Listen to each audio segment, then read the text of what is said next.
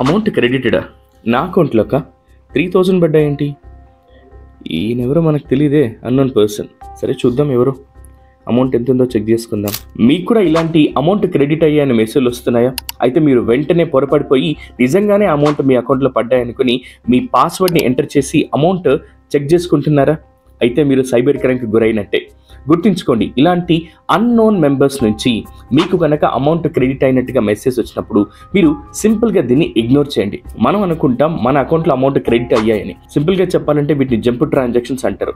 Dark web నుంచి పంపించే payment రిక్వెస్ట్లు ఇవి. మనం పొరపాటున ఆ లింక్పై క్లిక్ చేసి మన అమౌంట్ ఎంత ఉందో చెక్ చేసుకున్నట్టయితే పాస్వర్డ్ ఎంటర్ చేసిన వెంటనే మన అకౌంట్లోని అమౌంట్ అంతా కూడా ఖాళీ అయిపోతుంది. మనం సైబర్ క్రైమ్కి గురవుతాం. ఇలాంటి వాటిని తప్పించుకునేందుకు మనము సింపుల్గా ఆ మెసేజెస్ని ఇగ్నోర్ చేయండి.